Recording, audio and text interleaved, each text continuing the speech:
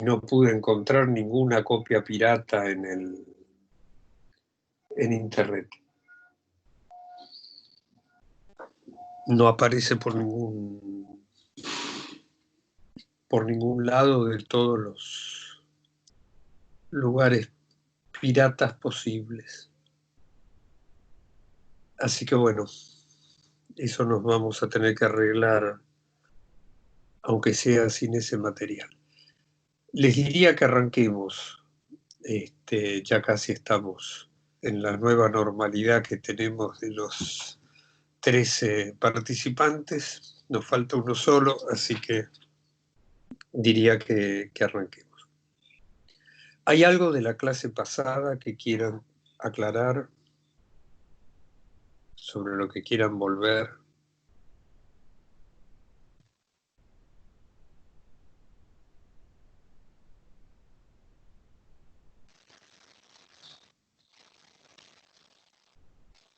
No hay nada.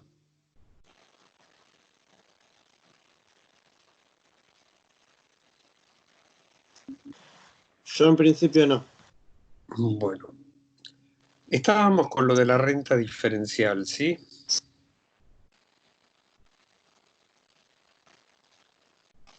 ¿Era así? Sí, Juan, habíamos quedado ahí. Bueno. Entonces, nos habíamos quedado con lo de la renta diferencial. Habíamos visto la renta diferencial 1, habíamos empezado a ver la renta diferencial 2, si no me acuerdo mal. Entonces, vamos de vuelta a los esquemas que teníamos. Pego una revisada rápida por la renta diferencial 1, un repaso, para poder llegar a la 2 y la diferencia entre Marx y Ricardo, que creo que en Ricardo la habíamos visto y empezábamos con lo de Marx, pero para que quede refrescado.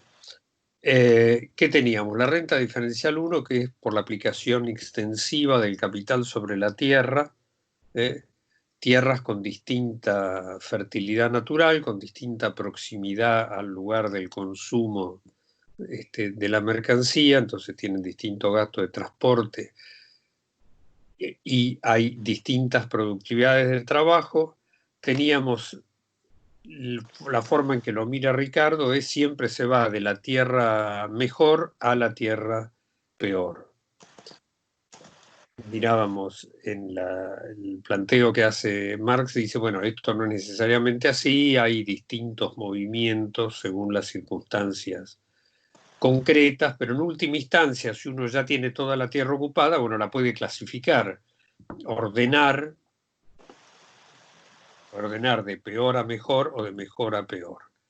De hecho, cuando Marx hace hace esquemas numéricos de esto, pone primero la peor tierra y después va poniendo las tierras mejores. Entonces, ¿qué era lo que teníamos?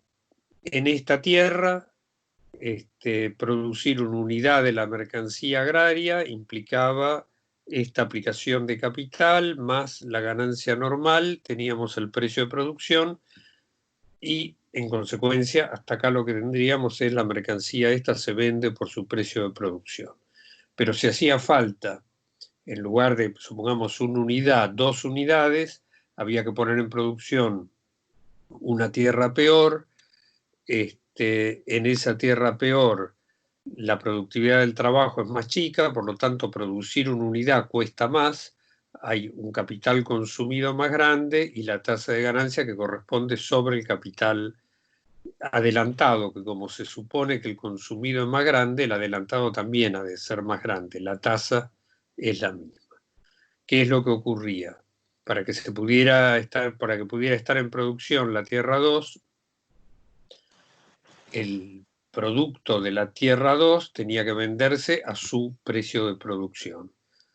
Pero como todo el producto es cualitativamente igual, lo que ocurre es que el producto de la tierra 1 también se vende al precio de producción que está regido por la productividad del trabajo sobre la tierra 2, hay una ganancia extraordinaria, los capitalistas compiten por esa ganancia extraordinaria, el terrateniente tiene el monopolio sobre el uso de la tierra y esa ganancia extraordinaria pasa a manos del terrateniente bajo la forma de esta renta diferencial 1.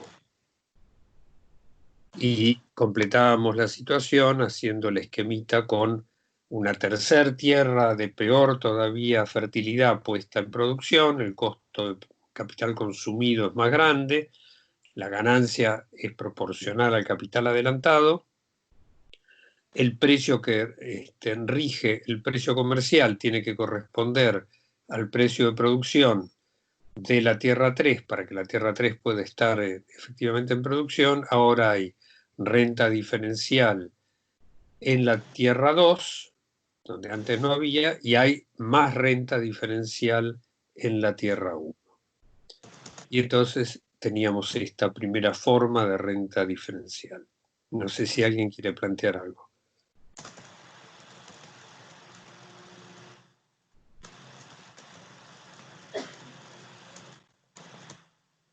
¿No? Por ahora no. Sigo entonces. Voy al segundo tipo de renta diferencial, donde decíamos, acá aparece una particularidad que es prácticamente exclusiva de la tierra agraria, de la producción agraria, que es que el capital puede estar formado por cuotas sucesivas que se aplican intensivamente sobre la misma tierra. Y a cada una de esas cuotas corresponde una cierta productividad del trabajo, que puede ser creciente o puede ser decreciente, ¿no? Pero hay una diferencia de productividad. Y acá es que uno tiene que empezar a mirar la diferencia entre el planteo de Ricardo y el planteo de Marx. Este primer paso es igual entre los dos. Ahora tenemos una sola tierra sobre la cual vamos a ver cómo se van aplicando cuotas sucesivas de capital y tomamos como ejemplo una productividad del trabajo decreciente por cada cuota sucesiva. Cada cuota logra un aumento de la producción de una unidad, pero lo hace con una productividad del trabajo cada vez menor. Y entonces lo que Juan, tenemos es, ¿sí? Sí. ¿Y cómo se aumenta la cuota de productividad sobre la misma tierra? O sea, se me ocurre acortar los ciclos de plantado, o sea, de plantar y sembrar. No, perdóname. Eso sería aumentar el tiempo de disminuir el tiempo de rotación, disminuir el tiempo de producción, y eso tendría un efecto también, es equivalente a el cambio en la productividad del trabajo. Pero acá la cosa es, en el ejemplo lo que tenemos es, supongamos que se siembra. Para sembrar hay que gastar una cierta cantidad de capital, ¿sí? Hay que consumir hay que disponer de una cierta cantidad de capital, hay que consumirlo, sobre eso se va a obtener la ganancia normal, la ganancia media. Ahora, después de haber sembrado, puede o no hacerse una segunda labor, por ejemplo, fertilizar ese sembrado. Y a esa segunda labor, hecha sobre la anterior, esa segunda labor tiene una cierta productividad. En este caso estamos considerando que es menor a la que tiene la de sembrar. Si yo simplemente siembro y espero, saco una unidad. Si quiero sacar 2 unidades, además de sembrar, tengo que fertilizar. Pero el costo de lograr las 2 unidades es más grande, no solo porque son 2, sino es proporcionalmente más grande, porque para lograr la segunda tengo que hacer una aplicación adicional de capital que tiene una productividad del trabajo más baja. La diferencia con con los procesos industriales en general, es que en el proceso industrial ocurren dos cosas. Yo tengo que hacer, vamos a suponer que es una producción industrial que pasa por dos procesos productivos. Y me van a pasar tengo dos posibilidades en eso. O puedo omitir el segundo proceso productivo, en el cual por cuestiones técnicas tengo una menor productividad del trabajo. Pero entonces me sale un valor de uso de una cierta calidad. Perdón, si yo omito el segundo proceso, si me sale un valor de uso de menor calidad, pero me sigue saliendo una unidad de valor de uso, que yo aplique el segundo proceso no hace que haya más unidades producidas. Lo único que hace es que cambie la calidad y por lo tanto cambia el valor de uso del producto. En la producción agraria lo que ocurre es distinto. Yo puedo sembrar, yo decía creo la vez pasada, eso de sembrar tiene implícito que hay que cosechar, ¿sí? Es un paquete que viene junto. Yo puedo sembrar y no hacer nada más sobre el cultivo. Y voy a tener una cierta cantidad, vamos a suponer que es un grano, vamos a suponer que es trigo, voy a tener una cierta cantidad de trigo. Ahora, yo sobre el trigo que sembré puedo agregar más capital y fertilizar ese cultivo. La calidad del grano que voy a obtener no cambió. El valor de uso es el mismo, pero lo que voy a tener es más grano. Y yo puedo hacer o no hacer esa labor, esa aplicación adicional de capital. No es que si no lo hago me quedé sin cultivo. Puedo hacerla o puedo no hacerla. Y si miro, ahora después paso a la tercera, yo puedo hacer sobre haber sembrado y fertilizado, puedo regar. Y supongamos que la productividad del trabajo de ese capital que se aplicó a regar es más baja todavía. Entonces voy a tener una tercera unidad de producto cuyo valor de uso es idéntico al de las dos unidades primeras. La razón de esto, de esa diferencia con la producción del sector industrial en general, está básicamente ligado con esto. La producción agraria opera sobre un cuerpo vivo, opera en el proceso de desarrollo de un sujeto vivo, que es, como se dijo alguna vez por acá, es un yuyo, pero el yuyo es el que se desarrolla. La tierra no produce nada. La que produce es el yuyo que se produce a sí mismo o el ser humano que hace que la plantita que no está considerada yuyo transcurra su proceso biológico y se desarrolle.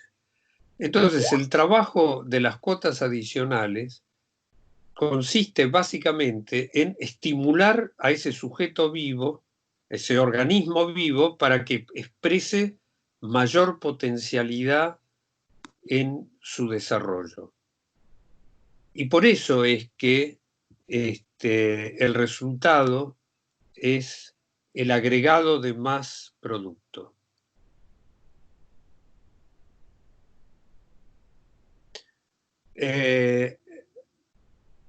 Hay dos cosas en esto. La pregunta viene si en esto se inspira la economía neoclásica para hablar de los rendimientos de crecientes escalas. En realidad, lo que dice la economía neoclásica, yo no podría decir si se inspira en eso o no. Sí, lo que puedo decir es qué es lo que dice la economía neoclásica en torno a esto. Lo que dice es, Ricardo se dio cuenta de los rendimientos de crecientes escala, Pero el problema es que solo se dio cuenta de eso para el factor tierra.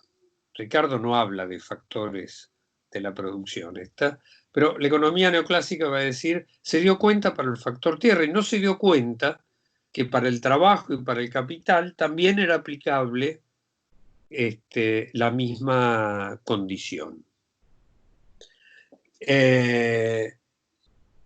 Se van a decir, Ricardo se dio cuenta para la tierra que la productividad marginal cumplía un papel, y en cambio para el trabajo y para el capital no lo vio. Lo que van a decir los economistas neoclásicos es, nosotros lo vimos para todos los factores.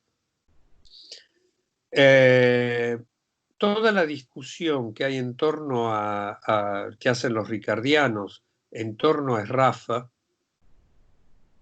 nosotros fuimos viendo, lo vimos a Sraffa por lo de la transformación de los valores en precio de producción, por el esquema que hace.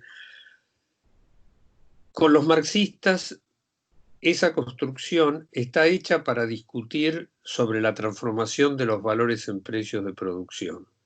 Frente a los neoclásicos, la construcción de Sraffa está para discutir acerca de la reversión de técnicas, que si se agrega sistemáticamente a medida que la productividad de un factor crece, se agregando ese factor a expensas de los otros, si en algún momento hay un efecto de vuelta para atrás porque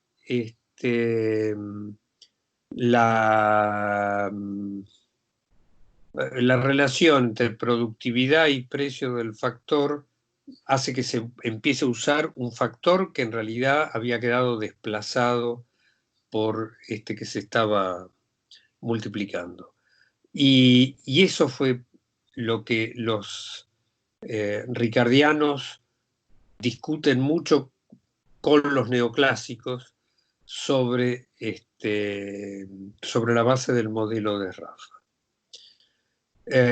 Si se puede, si las curvas son las curvas de sustitución de un factor por otro tienen siempre una dirección, o si de repente se dan vuelta y se van para el otro lado. Y entonces si se puede encontrar el punto de equilibrio o no se puede encontrar el punto de equilibrio. La otra cuestión que aparece acá de la economía neoclásica es que acá aparece nuevamente algo que habíamos visto respecto del capital, que es, ahora es también respecto de la tierra, los elementos del capital constante son medios de los cuales se sirve el trabajo para realizar su fin productivo.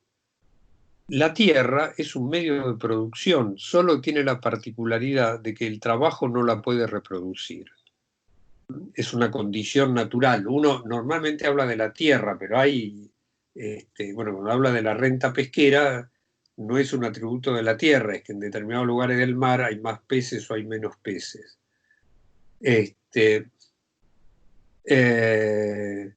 Hoy uno puede hablar de la renta de la tierra turística, y la tierra turística es porque tiene un lugar en particular que por alguna razón atrae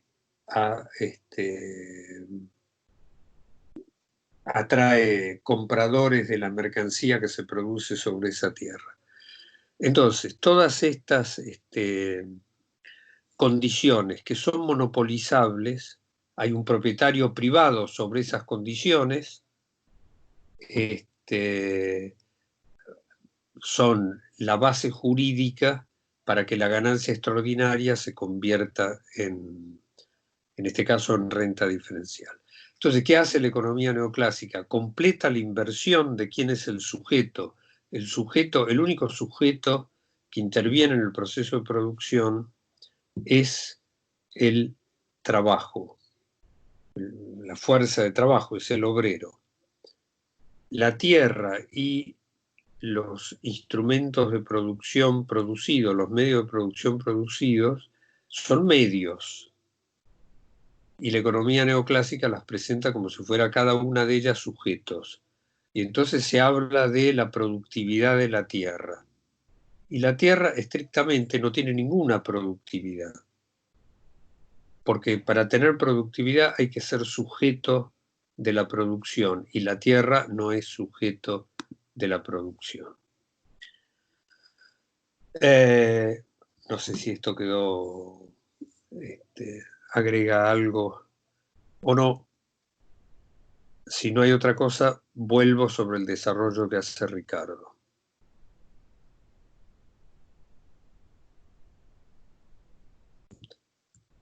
Vuelvo sobre el desarrollo de Ricardo. ¿Qué es lo que va a decir Ricardo? Bueno, cualquiera sea esta tierra, la peor tierra que en el caso que nosotros veníamos viendo, la tierra 3 sería la peor tierra, si en la peor tierra, que es la que rige el precio, cuyo precio de producción rige el precio comercial normal, si sobre la peor tierra hay que agregar una segunda cuota intensiva de capital, y esa cuota intensiva de capital tiene una productividad del trabajo más baja que la primera, entonces el precio va a estar determinado, el precio del producto va a estar determinado por el precio de producción que corresponde a esa segunda cuota, y en consecuencia, sobre la peor tierra va a aparecer una renta diferencial 2. Está en otro color para marcar que tiene otro carácter. Y entonces para Ricardo, en la peor tierra puede haber renta diferencial, pero es una renta diferencial 2. La crítica que le va a hacer Marx a este planteo de Ricardo es la siguiente. Va a decir, en la tierra peor no hace falta que el precio suba hasta el nivel que corresponde a la cuota 2 de capital que se aplicó.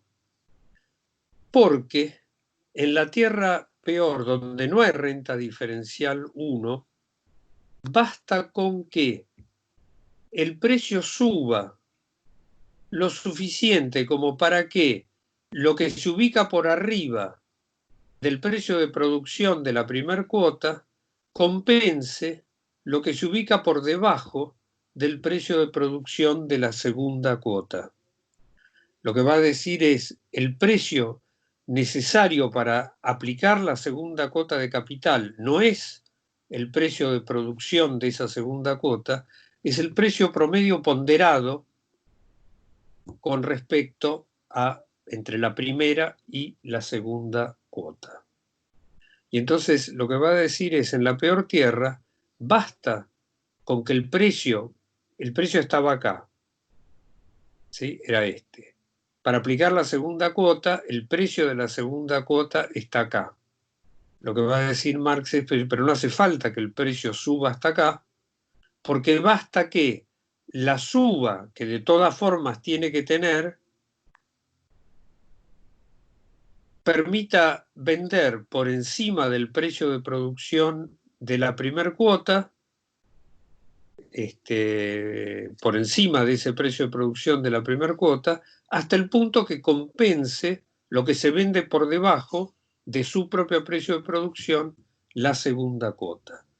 Y entonces el precio va a estar determinado por el promedio de lo que produce, lo que se produce aplicando cada cuota. Pregunto si se entendió.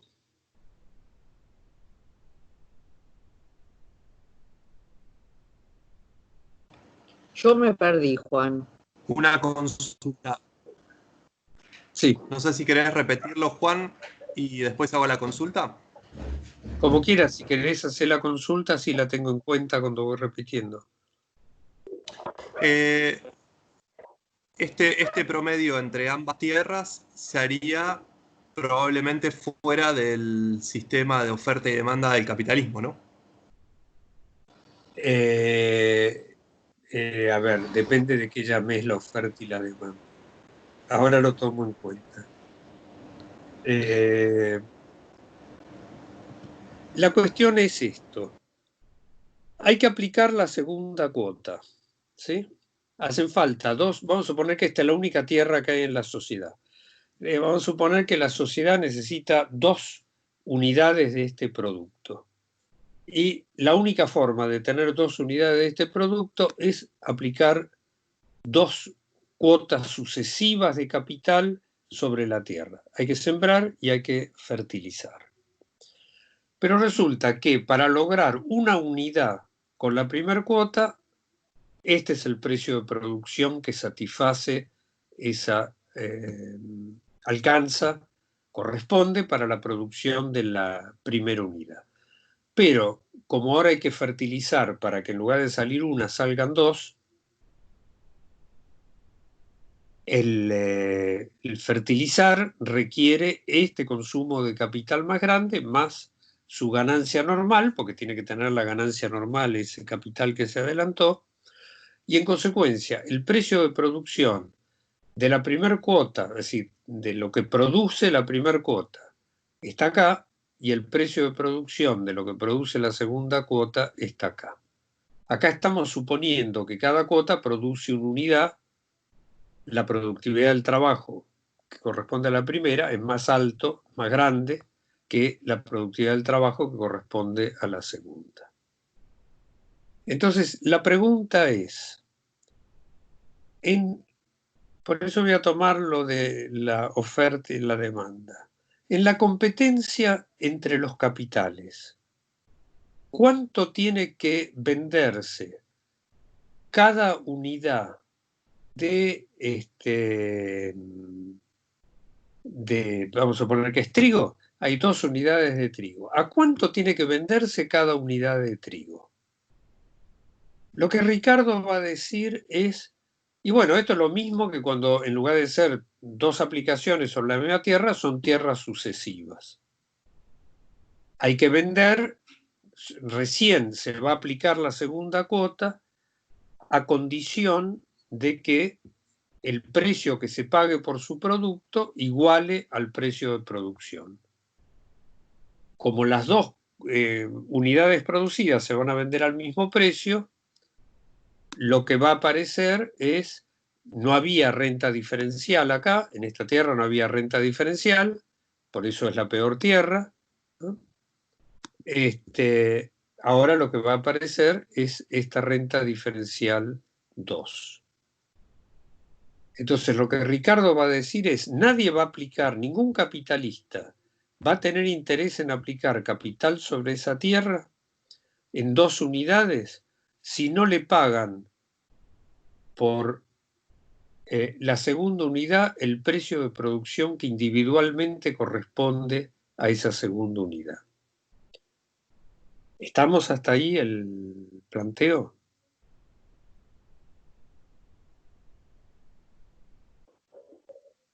Sí, hasta ahí, Juan, sí. Bueno, ¿qué es lo que dice Marx? Esto no es así, porque este capitalista no tiene que esperar hasta que el precio se ubique al nivel del precio de la segunda unidad. Puede aplicar la segunda unidad a condición de que el precio al que se venda la mercancía sea el promedio ponderado, que acá como es 1 y 1 es el promedio, de el precio de producción de la primera unidad y el precio de producción de la segunda unidad. ¿Por qué el promedio ponderado? Porque ahí ya va a tener la ganancia normal. Entonces no necesita esperar que el precio suba hasta este nivel.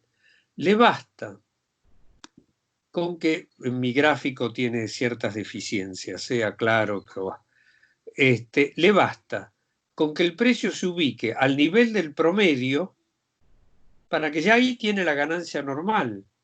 ¿Por qué no va a querer aplicar el capital sobre la tierra, la segunda cuota, si vendiendo este precio que está acá, valoriza su capital normalmente, siempre sobre la misma tierra? ¿Está? Entonces, ¿qué es lo que está en juego? Que a este precio promedio, le va a dejar una ganancia adicional y no le va a dejar la ganancia normal. En la medida que la ganancia adicional compense lo que no tiene de ganancia normal sobre la segunda cuota, para el capitalista, en la competencia entre los capitales por quién ocupa la tierra, les basta que el precio de producción se ubique al nivel promedio y ya tiene sentido desembolsar la segunda cuota de capital intensiva sobre esa tierra. Por eso lo del grafiquito es, si este es el precio promedio, lo que está en celestón, azul o no sé qué, pero rayadito, es, bueno, a ese precio promedio sobre la primera cuota hay una ganancia extraordinaria, porque este es el precio de producción de la primera cuota, pero se vende con este precio que está arriba.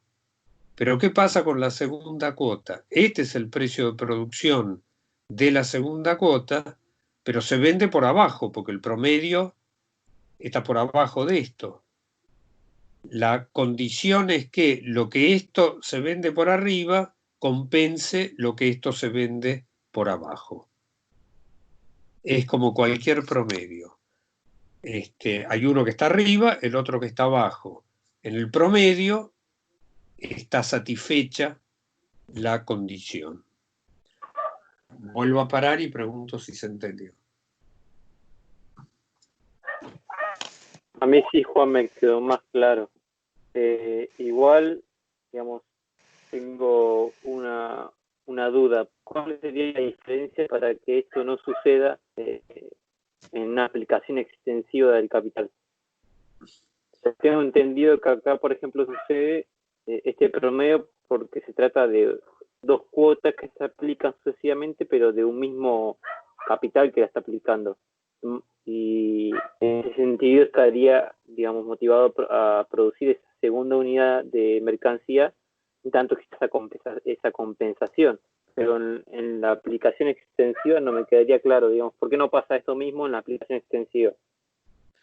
Porque estos son distintos capitales, y ahora después además vamos a ver qué pasa con la renta diferencial 1.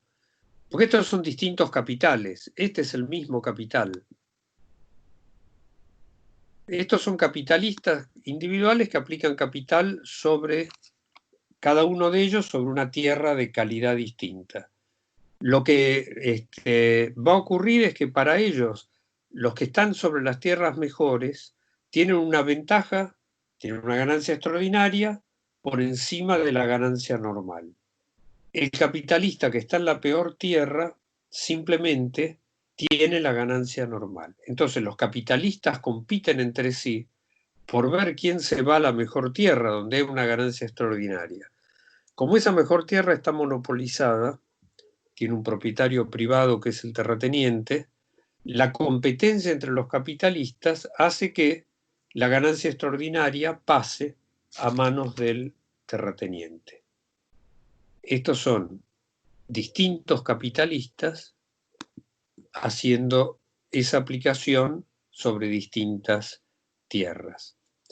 Lo voy a poner en los términos que está pensándolo Ricardo cuando discute esto. Ricardo está pensando, esta es la tierra inglesa, vamos a decir, esta es la tierra inglesa, porque algo de renta tiene, y esta es la tierra de Polonia. Y resulta que acá está prohibido, acá es Inglaterra de la época de Ricardo, está prohibido la importación de trigo. Entonces, ahora después vamos a ver todo el agregado de lo que va a ser el desarrollo de Ricardo, que coincide con el análisis que hace Marx. Entonces dice, pero si se liberara la importación, el precio del trigo en Inglaterra, en lugar de estar regido por esta tierra peor que le permite a los terratenientes ingleses tener esta renta, inundamos el mercado de Inglaterra con trigo de Polonia y el precio se viene acá abajo, porque esta tierra sale de producción, esta tierra sale de producción y el trigo se vende así. ¿Quiénes se resisten a eso? Los terratenientes. ¿Por qué se resisten? Porque quieren tener esta renta. Lo traté de usar con el ejemplo que no fue tan fácil. Pero 1, 2 y 3 son capitalistas distintos. Como esta es la misma tierra, es el uso de un mismo medio de producción. Es el mismo capitalista, porque no puede venir otro capitalista y aplicar la segunda cuota sobre el capital del primero. Entonces acá hay un solo capitalista. Ese solo capitalista le basta con el promedio. A este tercer capitalista de acá, vamos a ponerlo con no le basta con el promedio, porque el promedio está por acá abajo, ¿está? Y entonces él no tiene el precio de producción íntegro y no tiene su ganancia normal.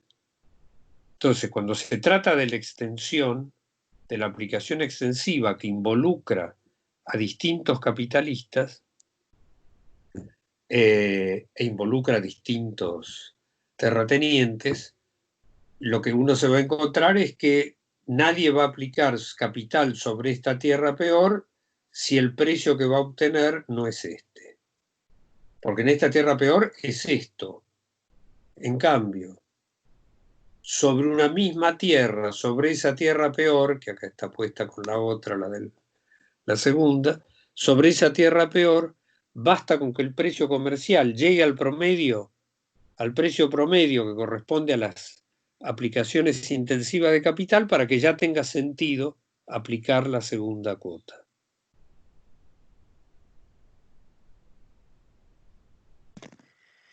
Juan, pero igual, pensando en la cuestión de la apropiación, si solamente se aplicara en ese gráfico que tenés puesto la primer cuota de capital normal, digamos, ese celeste se lo queda el terrateniente, no el capitalista que produce. No, porque la situación era esta. Perdón, la situación era esta. Esa era la primera cuota en esta tierra. Sí. Entonces, esta es la peor tierra, por eso yo después tengo puesto, al principio lo tengo puesto como si fuera general, pero después, aclaro, es la tierra peor esta. Y Sí. entonces, Ricardo dice, para que en la tierra peor se aplique la segunda cuota, hay que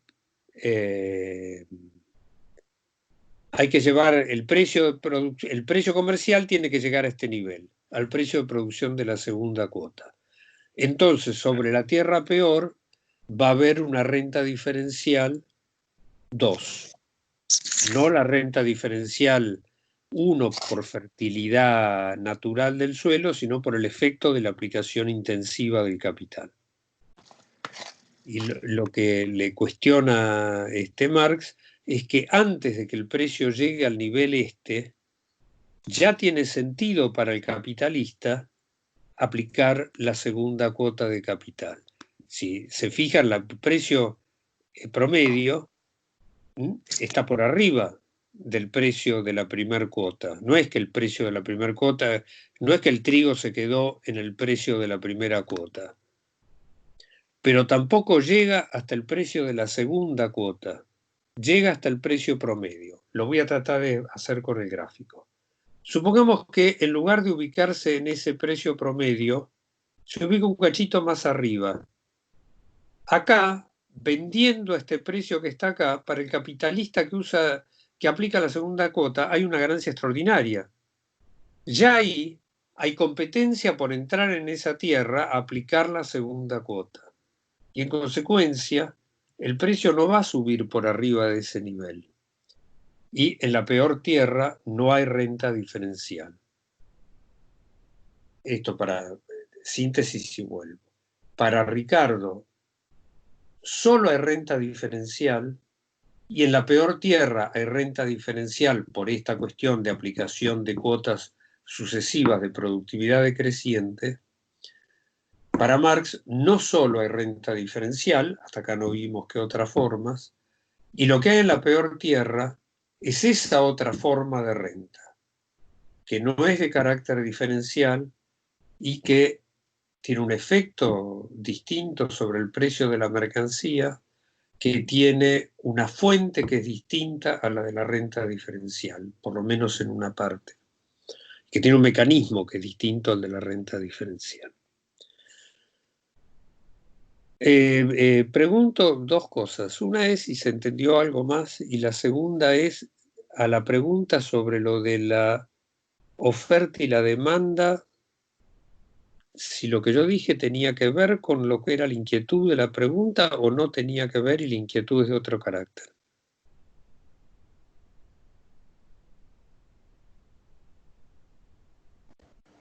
No, probablemente me voy a adelantar con la consulta que me dispara esto, que es qué condiciones se tienen que dar para que este promedio se aplique, se dé.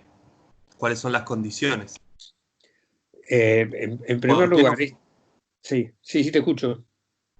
no, ¿por qué no funciona así, según la mirada de Ricardo? ¿Cuáles son las condiciones que sí deberían ocurrir para que funcione?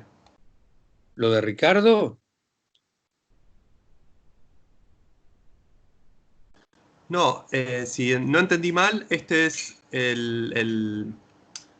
la propuesta de Marx la crítica de Marx, mejor dicho, es en una situación potencial, no en una situación eh, actual a esa época.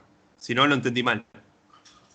no sé por qué, no te entiendo la pregunta, porque en esa época Bueno, hay no importa, aplicación. sigamos, no hay problema. Ahora vamos a ver el desarrollo que hace Marx sobre esto, porque lo que Marx va a decir es, para que haya renta diferencial 2 en una tierra, antes tiene que haber renta diferencial 1. Si hay renta diferencial 1, entonces sí va a ocurrir lo que corresponde a lo que Ricardo ponía: en cualquier tierra, aún en la peor, pasa esto. Marx lo que va a desarrollar es en una tierra que no es la peor y que por lo tanto ya tiene renta diferencial 1, en esa sí pasa que para que se pueda aplicar la siguiente unidad intensiva, la siguiente cuota intensiva de capital, el precio tiene que haber llegado al precio de producción que corresponde a esa cuota, al producto de esa cuota intensiva. Lo vemos y volvemos todas las veces que haga falta sobre esto. Porque ¿qué es lo que va a plantear Marx? Lo que va a plantear Marx es la condición para eso que dice Ricardo, y para que haya entonces renta diferencial 2, es que ya haya en esa tierra renta diferencial 1. ¿Por qué va a ser esta la condición?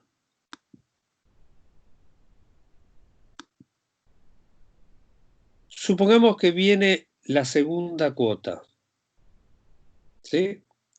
Es lo mismo que el ejemplo anterior, con su precio de producción que corresponde a la fertilización, que es más alto que el precio de producción que corresponde a la siembra. Pero como esto era una tierra mejor que la marginal, que la peor, ya tenía renta diferencial. En consecuencia, lo que va a plantear Marx es: ¿qué pasaría si el capitalista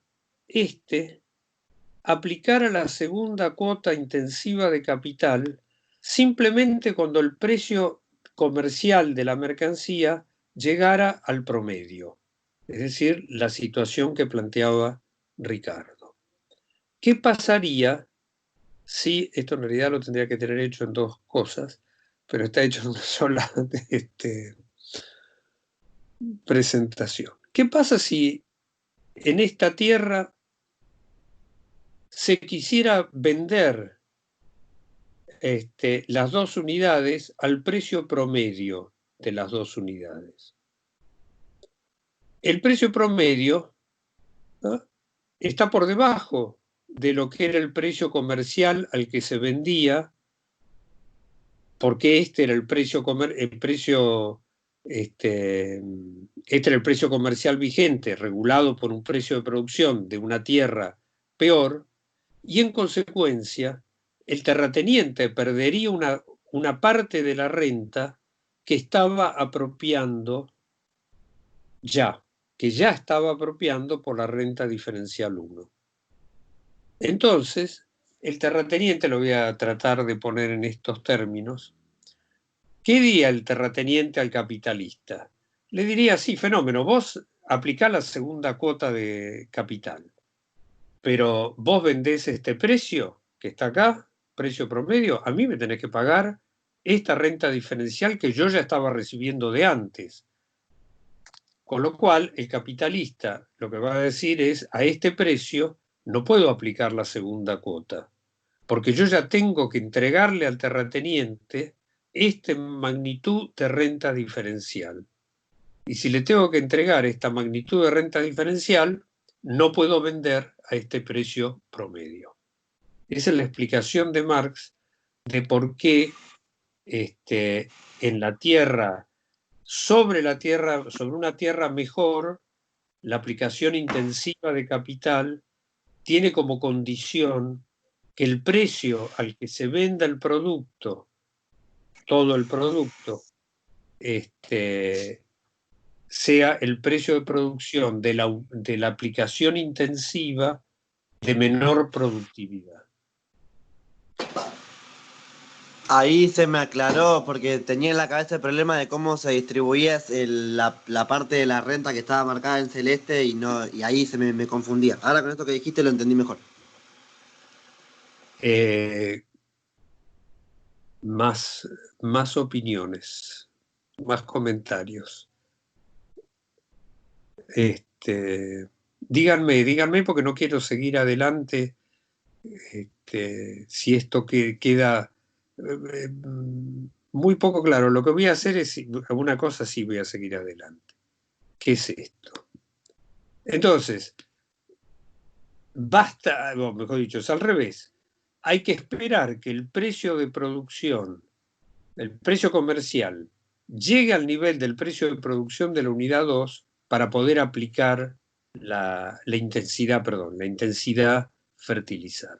Y si miramos con 3, y ahora hace falta 3 unidades de producto y además de fertilizar hay que regar, y el trabajo de regar tiene una productividad del trabajo más chica que los otros, y que hay que aplicar más trabajo, más capital y la ganancia que proporcionalmente le corresponde. Ahora lo que nos vamos a encontrar es que sobre esta tierra, que cuando lo mirábamos acá solo había renta diferencial 1, ahora sobre esta cuota de capital, la de fertilizar, hay una renta diferencial 2, y sobre la primer cuota, la de mayor productividad, hay una renta diferencial 2 y además la renta diferencial 1 que había originariamente. Entonces, lo que aparece es, en estas tierras no se puede poner una cuota de menor productividad simplemente cuando el precio llega al promedio, hay que esperar que el precio llegue al nivel de cada una de las cuotas de menor productividad. Y entonces sí va a haber renta diferencial 2 sobre estas tierras. Cuando haya que aplicar la tercer cuota, que tiene una productividad tanto más baja que la segunda, que va a originar que haya una renta diferencial sobre la segunda, sobre la de fertilizar, y va a originar que haya una renta diferencial sobre la de sembrar, pero en la medida que va por arriba de lo que ya es la renta diferencial por fertilidad diferencial de la tierra en la que está esta producción respecto de la peor tierra. Vuelvo a preguntar. Juan, me confundí un poco en esta última parte porque pasamos a la resta diferencial tipo 1 en Marx y me quedó y ahora parece que puede haber resta diferencial tipo 2 también por encima de la tipo 1. Analíticamente, en la realidad está, pero analíticamente no lo logro captar. Hago de vuelta el desarrollo. Esta es la situación de partida. Acá estamos en una tierra que sostiene una productividad del trabajo más alta que la peor tierra que hay que poner en producción. En consecuencia, acá no está dibujado, pero el precio que regula el precio de producción que regula el precio comercial normal de este producto está acá arriba. Como ese precio está acá arriba, entonces sobre esta tierra hay una renta diferencial. Se aplica una sola cuota y hay esa renta diferencial. Hace falta una segunda unidad de producto. Y entonces la forma de lograrla, vamos a suponer que sobre todas las demás tierras, esa tierra peor y todas las demás, no se puede aplicar la segunda cuota. Solo sobre esta, las condiciones naturales de la tierra esta permiten aplicar la segunda cuota. Esa segunda cuota, que es la de fertilizar, tiene una productividad del trabajo más baja que la primera, esto es hasta acá, que en este ejemplo, para ponerlo simple, está igualando la productividad del trabajo del capital aplicado sobre la peor tierra. Por eso su precio de producción individual se está igualando con el precio comercial normal. No es necesario, es una estructura del ejemplo. Entonces, lo que uno tiene es esto. Acá se aplican dos cuotas intensivas de capital. Y contrasta con lo que pasa en la peor tierra. Porque en la peor tierra, como solo hay ganancia sobre el capital, basta que el precio de producción llegue al promedio del precio de producción de cada una de las aplicaciones intensivas para que esas aplicaciones intensivas se puedan hacer. ¿Por qué?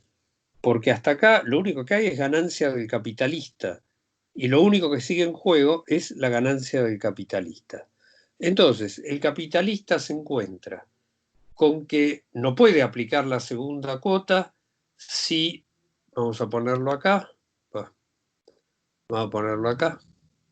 no puede aplicar la segunda cuota en la tierra peor, no tiene que esperar para aplicar la segunda cuota que el precio suba de este nivel que está acá hasta este nivel que está acá. No tiene que esperar porque cuando el precio de las dos aplicaciones intensivas, el precio promedio, que vuelvo a insistir es un promedio ponderado según la masa de producto que corresponde a cada aplicación. Cuando el precio comercial llegue al precio promedio ponderado, ya ahí tiene la ganancia normal. Es un precio promedio que, como todo precio promedio, hay algunos que están por debajo y algunos que están por arriba. Y lo que hacen es compensarse. Bueno, la ganancia normal para el capitalista de la peor tierra se compensa en ese movimiento. Sobre una de las cuotas va a ganar más de lo que debería ganar, sobre la otra cuota va a ganar menos de lo que debería ganar. Cuando esas dos ese más y ese menos se compensan, va a ganar lo que tiene que ganar. Entonces va a ser esta aplicación de capital promedio, va a ser dos de estas, en realidad podría poner acá el otro bastoncito, va a ser el promedio y va a vender al promedio.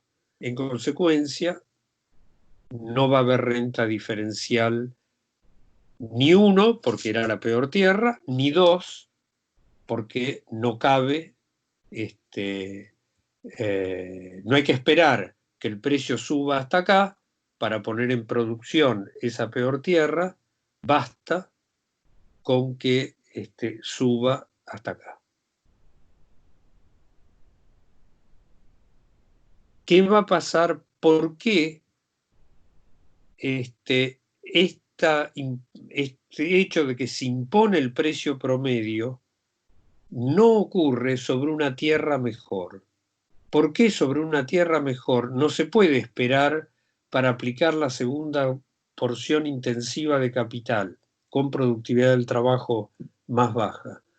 Que el precio del producto llegue al promedio de los precios de producción de las dos cuotas. Porque en esa tierra el capitalista ya le estaba pagando una renta diferencial al terrateniente, porque esta era una tierra lo suficientemente buena como para que hubiera esa renta diferencial. No lo tengo hecho, lo podría hacer, agregar acá. En este esquema inicial que tengo acá, este esquema inicial significa que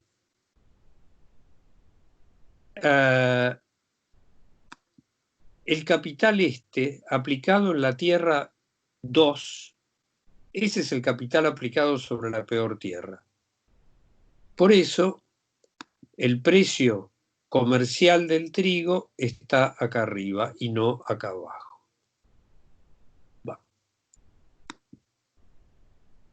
Esta es la situación que teníamos de partida. Ahora viene la pregunta de, ¿se puede aplicar la segunda cuota intensiva? ¿Se puede fertilizar sobre esta tierra? ¿Se podría fertilizar sobre esta tierra si ahora el precio comercial se ubicara en el promedio de este precio de producción y de este precio de producción, que es el que está representado ahí? Y esto debería estar hecho en 2 pasos, para que quedara más claro, y la tachadura tendría que tener otra forma. ¿Por qué no se puede vender a este precio? Porque acá había un terrateniente que ya cobraba esta masa de renta. ¿Sí? Y si se vende este precio, al terrateniente le va a faltar esta parte de renta. Porque a este precio solo va a tener el cachito de abajo. En realidad la cruz esta tendría que estar en este cacho de arriba. Entonces, ¿qué es lo que va a decir el terrateniente? A mí no me importa que vos apliques la segunda cuota de capital y después vendas a este precio promedio. A mí lo que tenés que hacer es seguir pagándome la renta diferencial que me pagabas antes. Y si no, no apliques la segunda cuota. No es un problema para el terrateniente que se aplique la segunda cuota, porque ya tiene su renta diferencial. Si el precio llega hasta acá, el precio comercial llega a ubicarse al nivel del que corresponde a la segunda cuota, al terrateniente ese le da lo mismo, porque todo el trigo se va a vender a este precio y el capitalista que arrienda la tierra le va a pagar esta renta diferencial. Pero si se pretende vender este precio que está bajo, el capitalista ya no le puede pagar la renta diferencial, porque ya esta parte no la tiene. Entonces, el movimiento va a ser que el terrateniente le va a decir, a mí me tiene que pagar toda la renta diferencial, y el capitalista va a decir, bueno, pero si yo pago toda la renta diferencial, tengo que esto además que compensar. ¿Y dónde se compensa esto que tengo que compensar? Vendiendo a este precio. No puedo vender a este precio promedio, tengo que vender a este precio que está arriba. Había una observación por escrito que no alcancé a ver. El capitalista, ¿por qué habría de resignar ganancia? Capitalista, la competencia entre los capitalistas, lo que le va a imponer a cada uno es que tiene que valorizar su capital en condiciones normales. Entonces, para el capitalista no tiene sentido vender al precio promedio. No tiene por qué resignar ganancia y aplicar la segunda cuota. Lo que el capitalista va a hacer es no aplicar. Si el precio del trigo estuviera a este nivel, lo que el capitalista haría es no aplicar la segunda cuota intensiva. Solo aplicaría la primera, estaría en condiciones de pagarle al terrateniente la renta diferencial que el terrateniente le demanda por una diferencia de fertilidad de su tierra. Bueno, y no aplicaría la segunda cuota. Si el precio llega a este nivel, entonces sí, el capitalista agrega la segunda cuota, tiene su ganancia normal sobre la segunda, tiene su ganancia normal sobre la primera y está feliz y contento.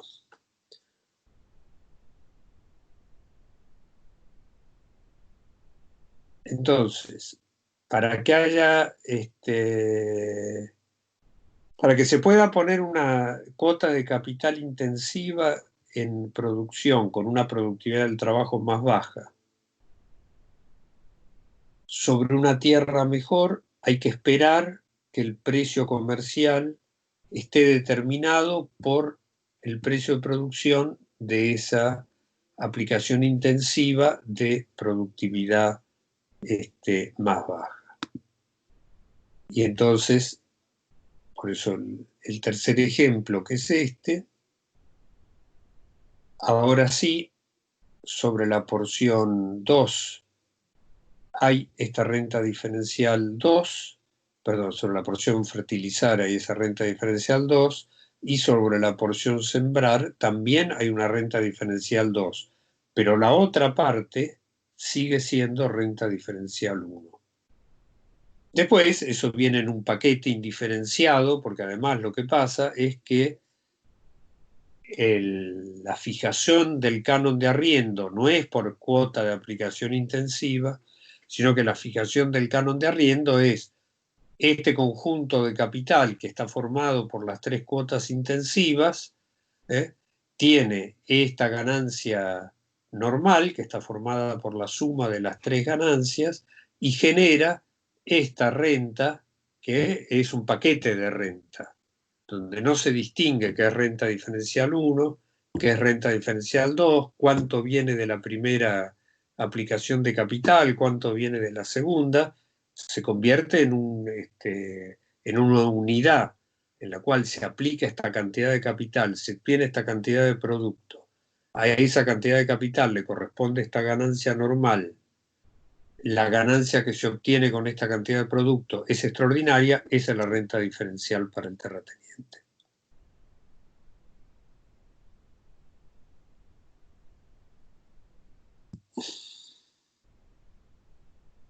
El silencio me inquieta mucho. Estamos pensando. Porque lo que sigue es peor todavía. Juan, si todo Sí. aparece como una masa en una unidad, digamos, tanto de ganancia media como de renta, digamos que no se puede descubrir su fuente de manera directa para los sujetos, tanto el capitalista como el terrateniente, que están ahí disputando por apropiársela.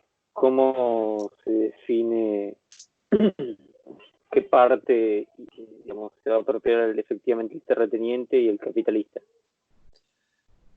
Si el capitalista, vamos a ponerlo, es como en cualquier movimiento, si el capitalista, supongamos agrario, ¿tá? Que esto implica que no es solo uno, porque acá no es que uno tiene una condición, salvo lo de la fertilidad, pero normalmente tampoco es uno el que tiene la condición de fertilidad mejor, peor, etcétera. Es un conjunto de estos. Si el canon de arriendo es demasiado bajo, los capitalistas van a tener una ganancia extraordinaria. El movimiento que va a ocurrir es que va a haber una competencia por usar la tierra. Y cuando haya una competencia, entonces, porque acá se tiene una ganancia extraordinaria, sube la demanda por tierra para cultivar, ¿eh? Y los terratenientes encuentran que tienen algo que no es una mercancía, porque no es producto del trabajo, ¿tá? Que tiene precio.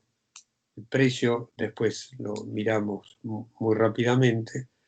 Lo que se va a encontrar es que tiene que subir el canon de arriendo. Está cobrando, qué sé yo, un canon del 30%. En la Argentina se usa mucho los arriendos por cantidad de producto. Está cobrando el 30%. Resulta que le llueven capitalistas que quieren ponerse a producir sobre su tierra, entonces dice, bueno, tengo,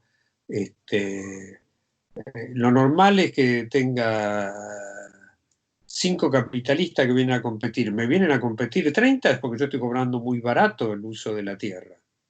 Entonces le voy a subir el canon, a ver cuántos queda, quién queda cuando le empiece a subir el canon. Es ese movimiento. No hay un ajuste instantáneo entre la renta, lo que le queda de ganancia, porque además en la producción agraria no solo existe estas diferencias de fertilidad sostenida, sino que además, y que tiene efectos sobre la productividad, diferencial sobre la productividad del trabajo, además de un ciclo productivo a otro, las condiciones climáticas, clásicamente, tienen efectos, varían y tienen efectos sobre la productividad del trabajo.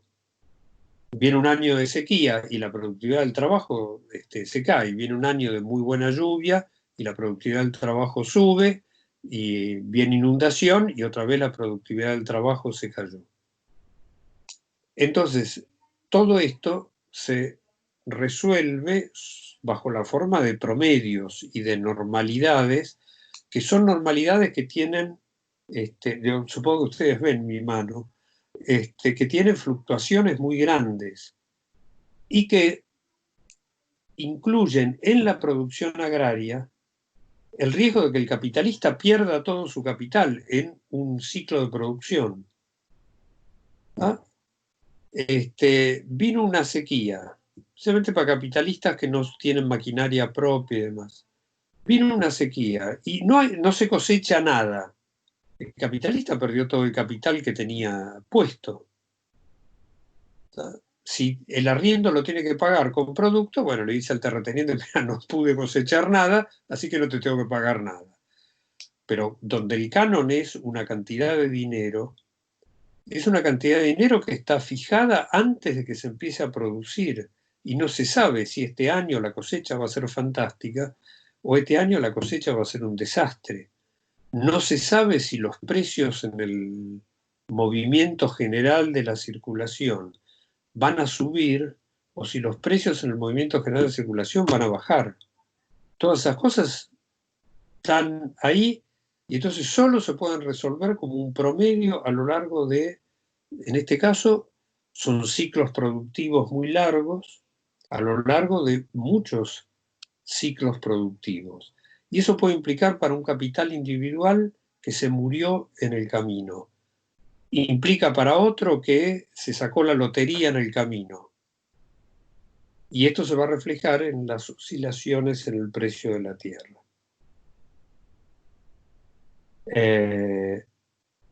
No sé si esto contesta la pregunta.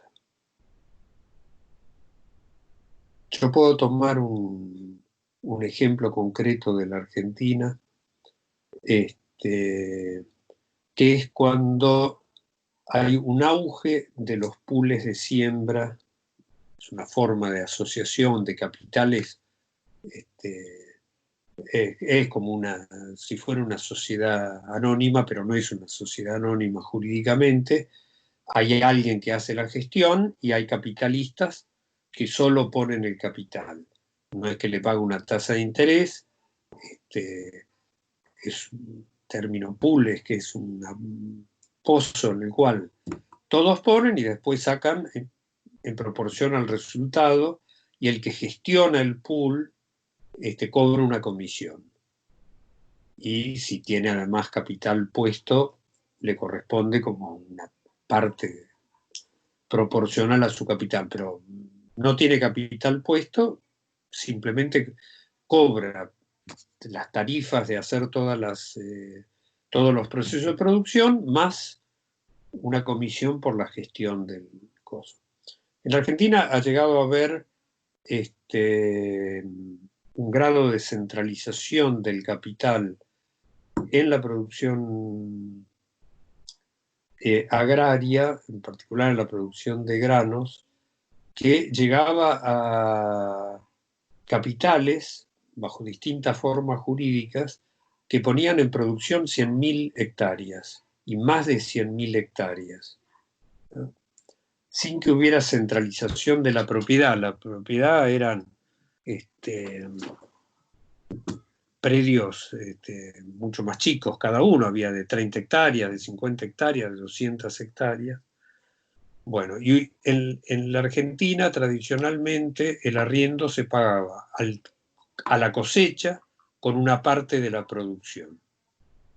Los pools, estos lo que van a hacer es empezar a ofrecer, pagar antes de la cosecha, pagar al arriendo en dinero. Y barren a todos los capitalistas de menor escala que operaban, producían en algunos casos por cuenta propia, otros que eran en campos propios, otros que arrendaban campos. Después hay toda una serie de cambios en el precio, ¿no? Y los pools retrocedieron muy fuertemente, pero llega a ese grado de centralización del capital. Bueno, esto era un poco de empiria para aliviar el proceso de apropiarse del gráfico. Pero vuelvo a preguntar, ¿hay algo más que tenemos que aclarar con esto?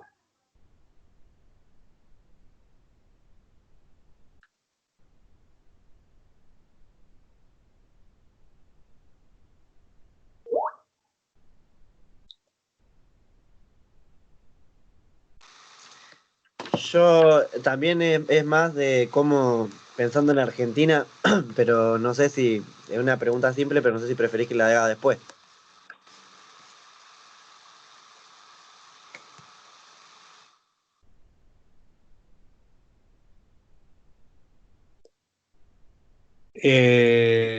Contesto, no sé si querés, Agustín, pero son aspectos ya muy concretos. Si quieren, miramos eso, pero si no hay, si podemos seguir, después seguimos.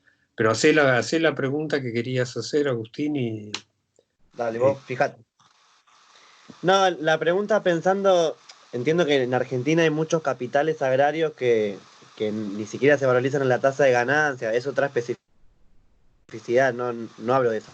Pensando en los que sí se valorizan las tierras en las que se produce, desde de la tasa de ganancia para arriba, encontrando la renta y todo, pensaba si existe todavía terratenientes, o sea, personas que personifiquen el capital y la tierra, digamos, que haya terratenientes que aún sigan siendo capitalistas, si es que en Argentina subsiste eso todavía. bueno, tomo primero esto y después lo de Federico. Sí, en Argentina hay históricamente, cuando uno habla de la Argentina, esto es la región pampeana, ¿sí? Porque en las regiones, más que pampeana, las regiones de producción granaria y en las regiones de producción ganadera, que cambió también muy fuertemente en las últimas ya décadas, que es distinto en la Argentina se habla de los cultivos regionales, pero la región pampeana es una región, pero los cultivos regionales se considera el Alto Valle del Río Negro, la producción de algodón en el Chaco, Chaco, Formosa, Santiago del Estero, la producción de cítricos en Litoral y en Tucumán, la producción de uva en Cuyo, la producción de aceitunas en Cuyo, todo eso se considera, se las conoce como las producciones regionales. Hay una limitación al arriendo en producciones que, por ejemplo, en las producciones frutícolas, porque la planta que produce la fruta tiene una vida útil de 30 años, digamos. Depende de la planta, el lugar, entre 25 y 30 años. Y a veces se extiende mucho más. Entonces, los contratos de arriendo no son por 25 o 30 años.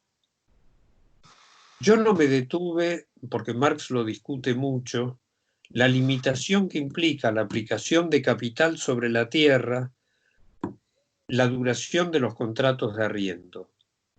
Porque vamos a suponer que hay que hacer una sequía para regar.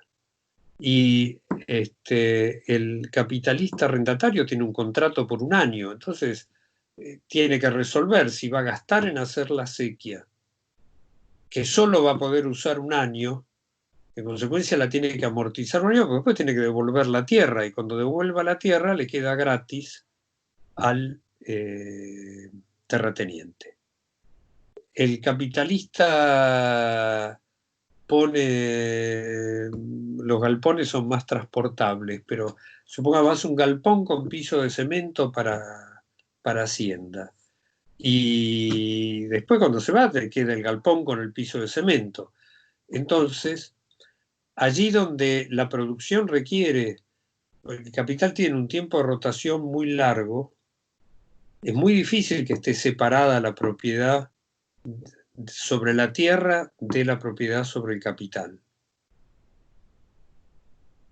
Con el desarrollo de la centralización del capital, a veces se empezó a separar más, pero en general vende el capitalista terrateniente que ya no puede sostener la escala de la producción, vende y se lo compra un capitalista terrateniente que centraliza capital y centraliza tierra.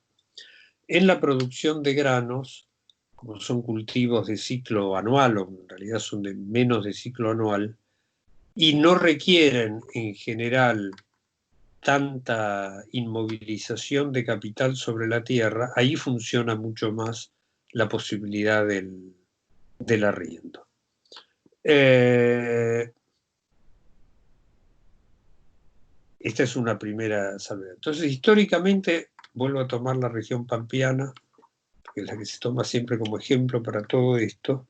En la Argentina hay todo un proceso de apropiación de la tierra, apropiación gratuita y cuasi gratuita de la tierra durante el siglo XIX, muy marcadamente. Venía de la colonia una parte, pero en el siglo XIX hay mucho de este proceso de apropiación gratuita que va avanzando a medida que se va expulsando a la población originaria. En manos de terratenientes que a veces son también capitalistas y a veces son simplemente terratenientes que arriendan a capitalistas. Cuando empieza la producción agrícola, porque en la Argentina lo que se producía en el siglo XIX era primero cuero, carne salada y después lana, que recién a fines del siglo, al empezar el siglo XX, casi estrictamente, empieza a extenderse muy fuerte la producción de granos porque el ferrocarril y la navegación a vapor abarata los costos de transporte. Y entonces aparece una figura en la cual, para hacer las rotaciones que mantienen la fertilidad de la tierra, el terrateniente es al mismo tiempo capitalista ganadero y tiene arrendatarios agrícolas, pequeños capitalistas o productores independientes que van rotando. Pero también hay tierras arrendadas en superficies grandes y terratenientes que tienen el capital propio para toda la producción.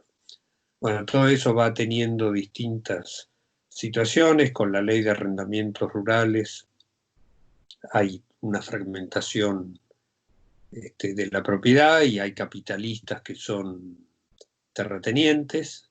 Hay estos los que eran arrendatarios compran la tierra, se convierten en capitalistas, en terratenientes y capitalistas.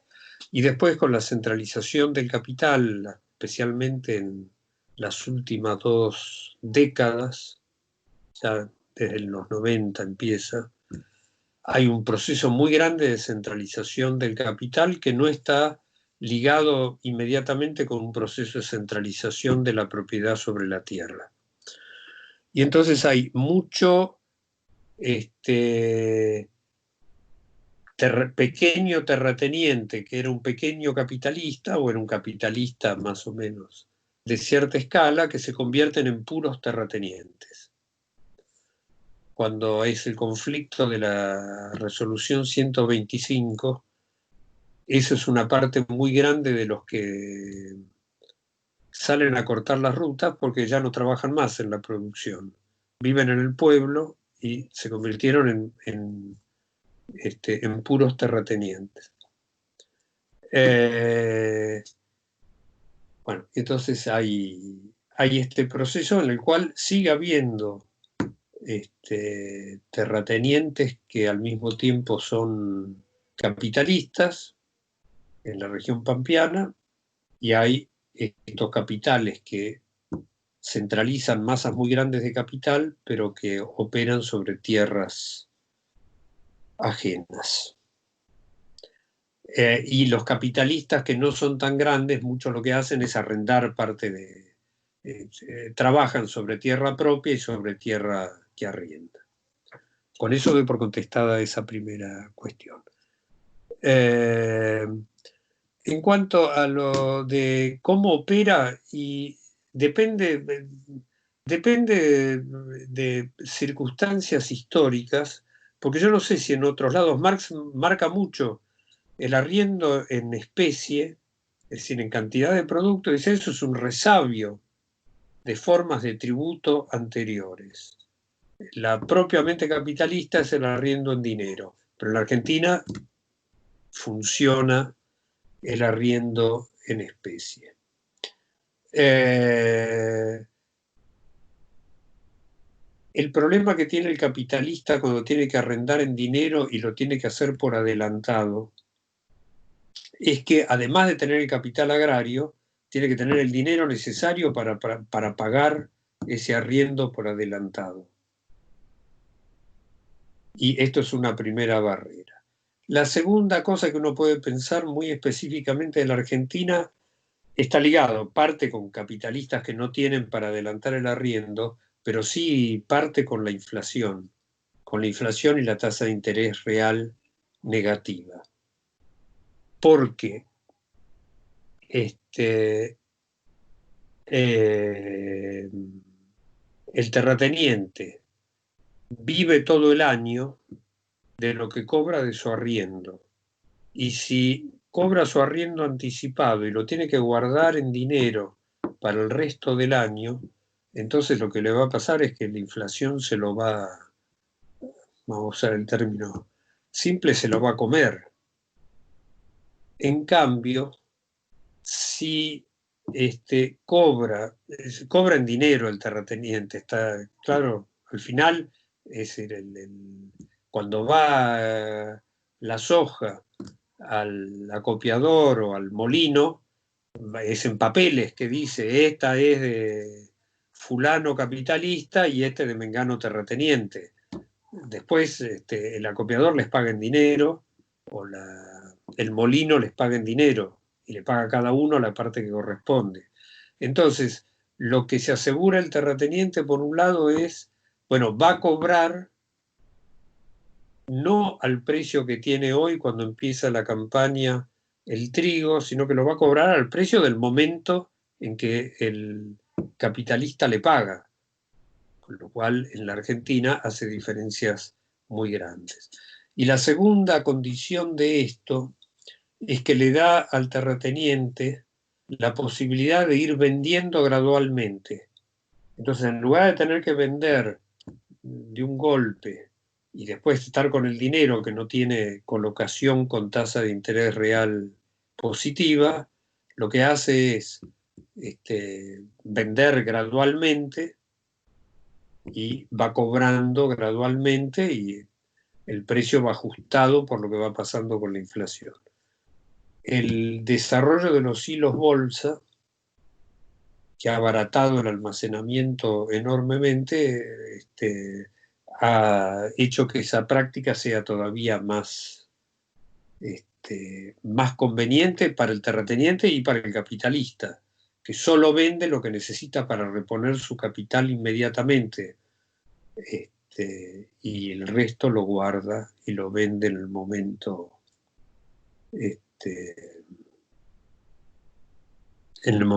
que va necesitando para reponer capital o porque lo va a usar su ganancia como capital en otro lado, lo que sea, se lo va a gastar en vicios. Frente a la inflación, el tener el producto físico, salvo cuando el precio internacional del producto físico se va al tacho, el tipo de cambio queda congelado. Suben los impuestos a la exportación, salvo que ocurran esas cosas, tanto al terrateniente como al capitalista le conviene mantenerse en el producto. Doy por contestada la pregunta. Sí, sí, por eso ahí juega qué pasa con el tipo de cambio, qué pasa con los impuestos, cuánto cuesta el almacenamiento, porque también eso juega en eso. Eh, ¿Qué pasa? Bueno, ¿qué pasa con el precio en el mercado mundial? ¿Qué pasa con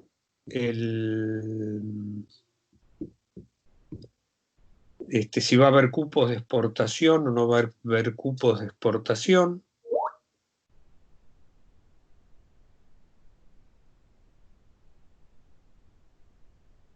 Es el silo bolsa, digo, permite en la etapa antes de que existieran los silos bolsa, para almacenar había que ponerlo en un silo de metal, en un silo de hormigón. Hoy en general son los de silos de acopio son de metal. Y después hay que conservarlo adentro del silo. Un silo mal conservado es una bomba, porque fermenta lo que tiene adentro y explota. Yo he visto volar no lo vi volar, vi las consecuencias de la voladura de un silo en el puerto de Buenos Aires de cemento, que estaban tratando de enfriarlo, había 2 personas arriba, que eso tenía como 50 metros de altura, 2 personas arriba tratando de enfriar el producto para que no siguiera fermentando, explotó, voló la parte de arriba, pero no, voló medio silo, uno de ellos murió, se cayó, y otro quedó colgando de una barandita hasta que lo fueron a rescatar. Así que esto es el silo bolsa no explota.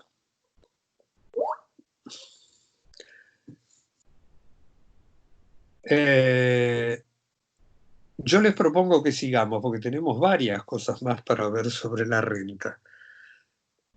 Hicimos ya las digresiones que han bajado la tensión, espero, y tratamos de seguir. Vuelvo a tomar la pantalla. ¿Qué es lo que aparece? ¿Qué es lo que aparece como problema a continuación? Respecto de la renta diferencial. En una cuestión que con términos distintos, Marx y Ricardo van a coincidir. Van a usar términos distintos. Ricardo no habla de plusvalía, Ricardo no habla de valor de la fuerza de trabajo. Ricardo habla de salario, habla de ganancia, pero la explicación es el contenido de la misma. ¿De dónde sale? Es claro que si esto es una ganancia extraordinaria que se convierte en renta de la tierra, es una parte de la plusvalía. No es que milagrosamente se multiplicó de la nada, y surgió de la nada esa renta de la tierra. Y entonces la pregunta es: ¿de dónde sale esa plusvalía? Dado que los obreros agrarios, si estamos en esta situación, los obreros agrarios, lo voy a ejemplificar con la renta diferencial 1 para simplicidad. Los obreros agrarios de esta tierra 1 no es que trabajaron más y por eso se vende al precio de producción que está acá. Al contrario, solo trabajaron lo que corresponde hasta acá. Los de la 2 solo hasta acá y los de la 3, que es la marginal, hasta acá. Entonces, primero planteo la cuestión que se enfrenta Ricardo y por lo cual se detiene a mirar la renta de la tierra. ¿Qué dice Ricardo?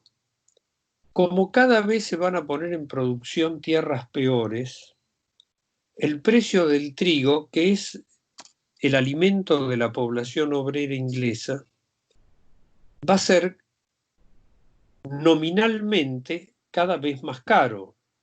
El salario real va a ser el mismo, el obrero va a seguir recibiendo, vamos a suponer que esto es una unidad de trigo, de lo que hay que consumir por día para reproducir la fuerza de trabajo.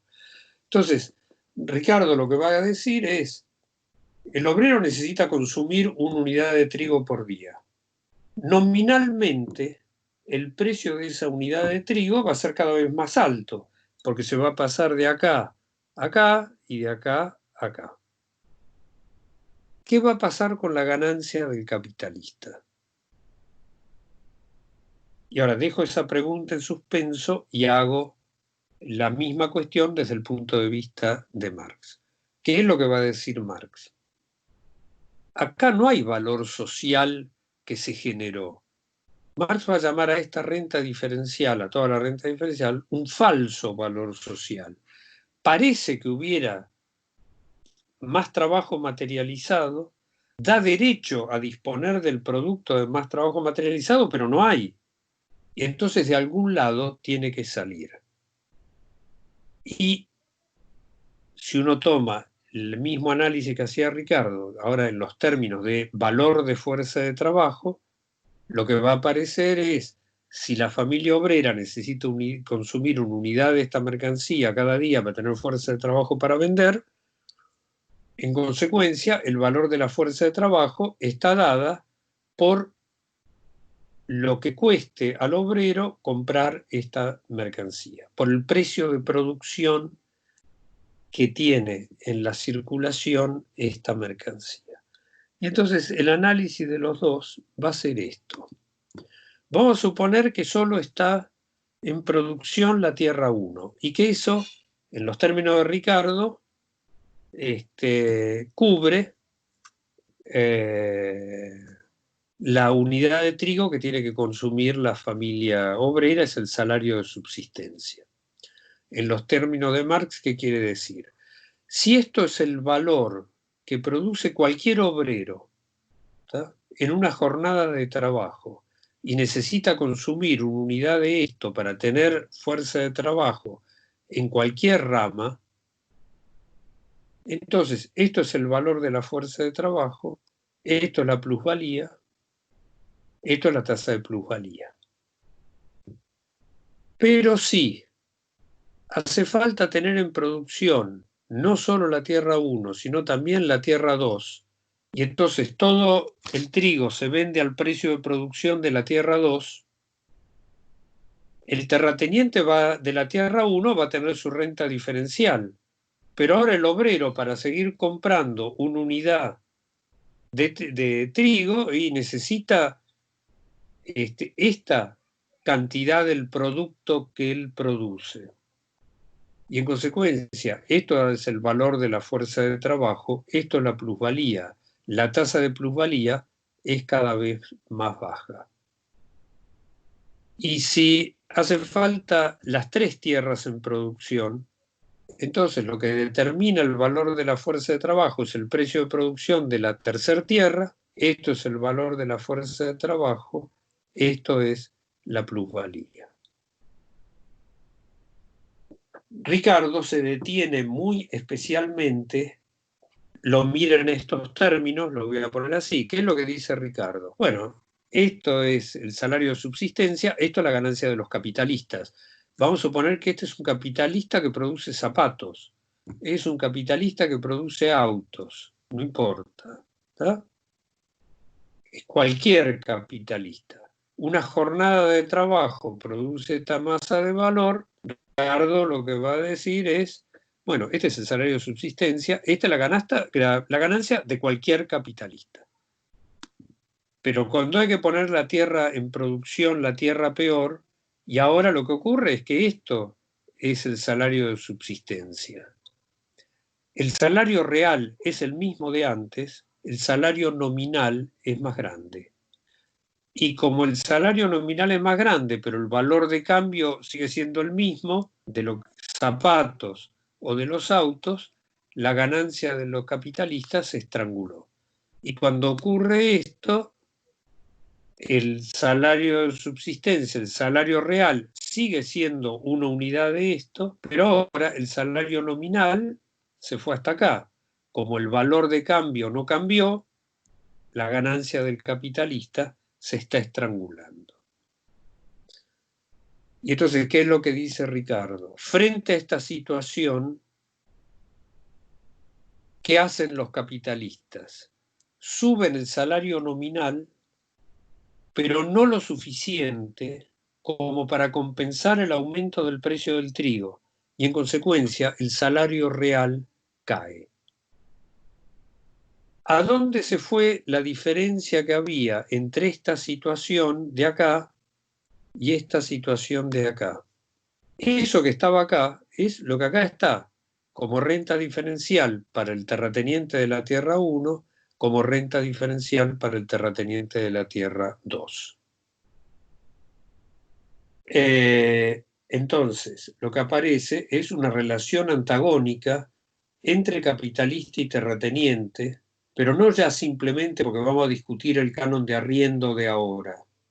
Es una relación antagónica permanente, porque cuanto más renta de la tierra hay, más a expensas de plusvalía que los capitalistas podrían extraer a sus obreros existe. Esa renta representa plusvalía que los capitalistas le extrajeron a sus obreros, pero que la perdieron en la circulación a manos del conjunto de los terratenientes. Acá puedo volver a plantear lo de Ricardo y su pelea en el Parlamento contra la ley de granos. ¿Qué es lo que dice Ricardo? En Inglaterra, que no se puede importar, vamos a suponer, para que dejarle renta a los terratenientes, la tierra inglesa es esta. Entonces, el salario de los obreros ingleses está en este nivel. pero si traemos trigo de Polonia y de Rusia, que eran los productores de trigo de la época, el salario se va acá.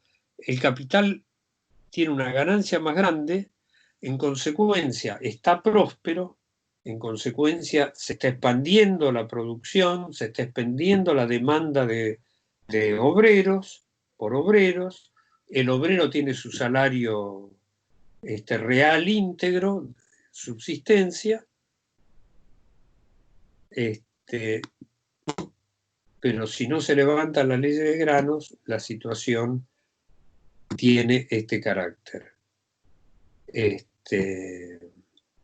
realidad sería como si fuera los terratenientes ingleses tienen esta renta, los polacos no pueden realizar esta renta porque no se les deja vender en ese mercado, el salario de subsistencia está acá arriba, la ganancia está estrangulada, los capitalistas no permiten que el salario nominal suba hasta ahí, entonces el salario real se cayó por acá, es una desgracia para todos, menos para estos parásitos sociales, porque es lo que veía Smith de los terratenientes, son parásitos, se quedan con la riqueza social.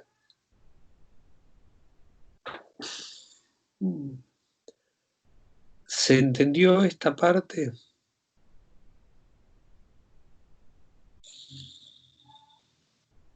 Sí, Juan. Sí, Juan, una pregunta mínima y rápida. ¿Los capitales que operan en la producción agraria no verían estrangulada su ganancia en comparación con el resto de los capitales en general? Sí, yo no lo puedo poner en el esquema, pero sí se ven afectados porque esto está como hecho en una sola dirección. Vamos de la producción agraria a la producción en general, pero no vuelvo sobre la producción agraria.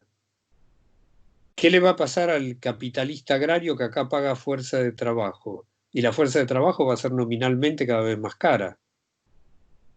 Y entonces también va a tener estrangulada su ganancia. Cada capital adelantado va a ir aumentando. Va a necesitar más capital adelantado y va a tener más capital consumido.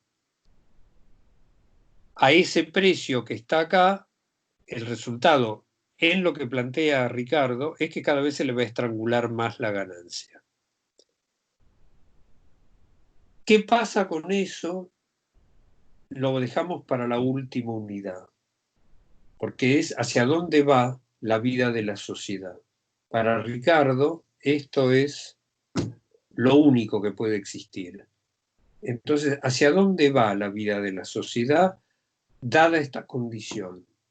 Que Ricardo lo que va a decir es, bueno, está bien, si se levantan las leyes de granos que prohíben la importación, eso es un paliativo, nos va a solucionar la situación ahora, pero después la población obrera va a seguir creciendo y va a haber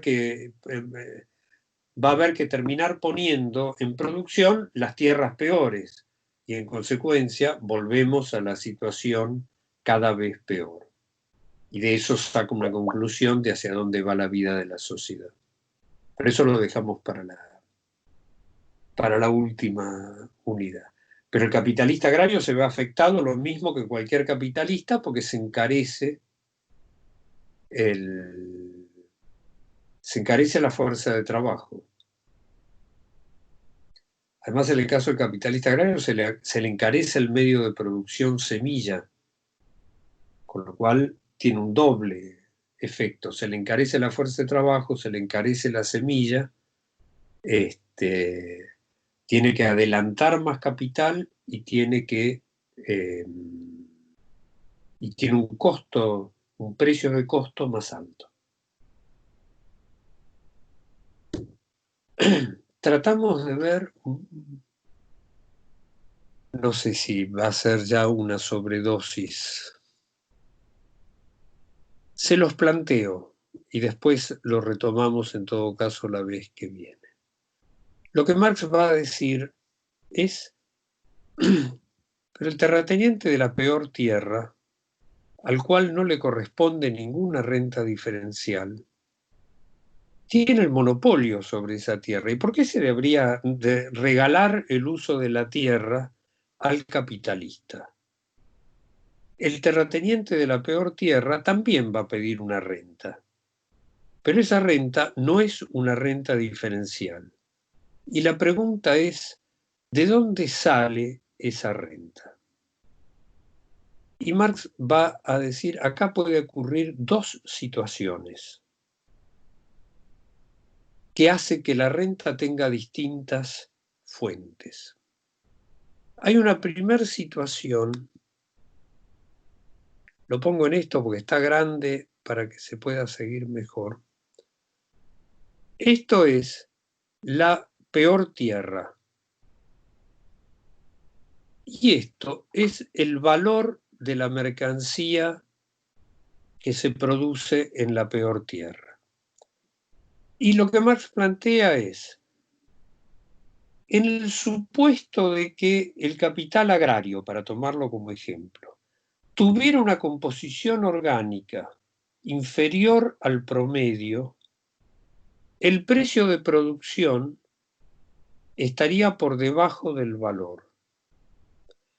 Y entonces, entre ese punto, entre el precio de producción que está por debajo del valor y el valor, el terrateniente podría demandar una renta, que Marx va a llamar renta absoluta, porque brota del monopolio, no es un monopolio diferenciado sobre la tierra, es un monopolio absoluto sobre la tierra. Dice, puede estar más arriba o más abajo, puede estar en algún punto de esto. Bueno, si esta renta absoluta está en algún punto desde el valor, desde el precio de producción al valor, eso es plusvalía que produjo el obrero agrario. Pero dice, pero en realidad puede estar en algún punto intermedio, depende de la demanda que haya por su tierra, las condiciones concretas, o incluso puede estar por arriba. Puede decir, yo quiero una renta que está por arriba de esta parte. Y en ese caso, esta es una renta de simple monopolio que sale de la plusvalía extraída, es equivalente a esta situación que teníamos acá. La renta de simple monopolio sale de la plusvalía del conjunto de los capitalistas que compran la fuerza de trabajo de los conjuntos de los obreros que consumen esas mercancías agrarias. Dice, pero puede ser que la composición orgánica del capital agrario sea más alta que el promedio y en ese caso el valor está por debajo del precio de producción. Acá no puede haber renta absoluta, pero lo que el terrateniente le demanda al capitalista por usar su peor tierra es una renta de simple monopolio. La magnitud de estas rentas depende de las circunstancias y hay una circunstancia que frena la magnitud tanto de la renta absoluta como la renta de simple monopolio, que es como se suman al precio del producto, llevan el precio del producto por arriba de lo que era el precio de producción de la peor tierra, entonces encarecen el producto y si encarecen el producto achican la necesidad social solvente. Entonces, esa renta absoluta y de simple monopolio eventualmente en un caso y la renta de simple monopolio en el otro caso tienen este efecto y tienen alcances limitados. ¿Se entendió algo? Así sé qué es lo que tengo que repetir la próxima. Sí, creo que sí. La próxima vamos a volver sobre esto. Vamos a mirar un poquito de determinaciones concretas.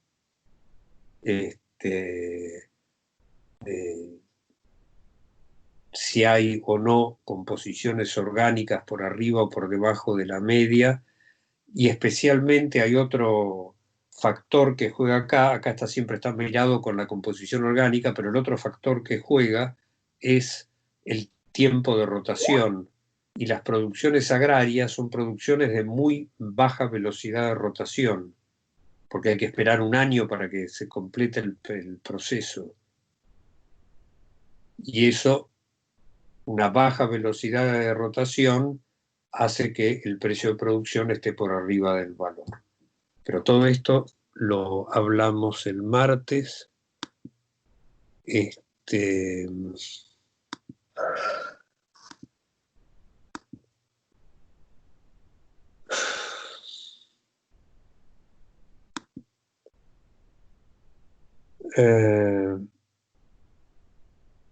Sí, no fue un poco rápida, fue demasiado rápida. Demasiado. Fue imposible de apropiárselo.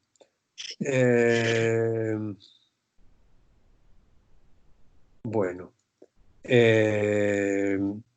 lean la bibliografía, está lo de Marx sobre renta, es un borrador, y Marx tiene una cantidad de análisis de este caso, del otro caso, de si pasa esto, de si pasa lo otro, que hace difícil el seguir la cuestión. Yo tengo un libro sobre renta, y con todas estas discusiones, muchas discusiones con distintos autores, pero esa no lo puedo circular porque lo tengo restringido por el acuerdo con la editorial. Ahora tengo que ver cómo hacemos, porque ahora está en la biblioteca, creo, en la biblioteca de Sarmiento, pero eso es lo mismo que nada por la situación actual. Donde está, digamos, hay toda una serie de cosas que no están en el Capital, y discusiones y demás, pero las explicaciones están como más sistematizadas. Pero bueno, vemos cómo hacemos.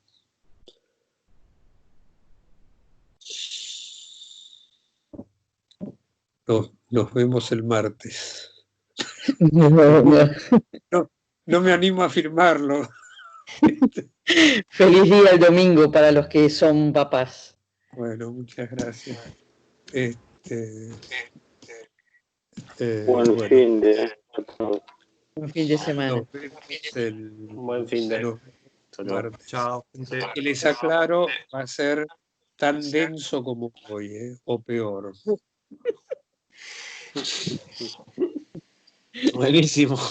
Vamos a ver monopolio, Genial. vamos a ver pequeño capital, vamos a ver intercambio desigual, más porque tenemos las 4 horas.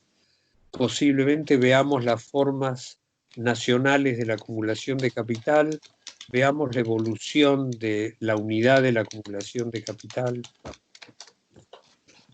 Oh, gracias por la advertencia. Así la agrego café antes. ¿Cómo? No, gracias por la advertencia. Sí, tomo algo de café. Bueno, no, la advertencia es para que lean antes, no para que tomen café. Tomen café mientras leen. Chau, chau. Chao. Chao, descansen. Chao. Suerte.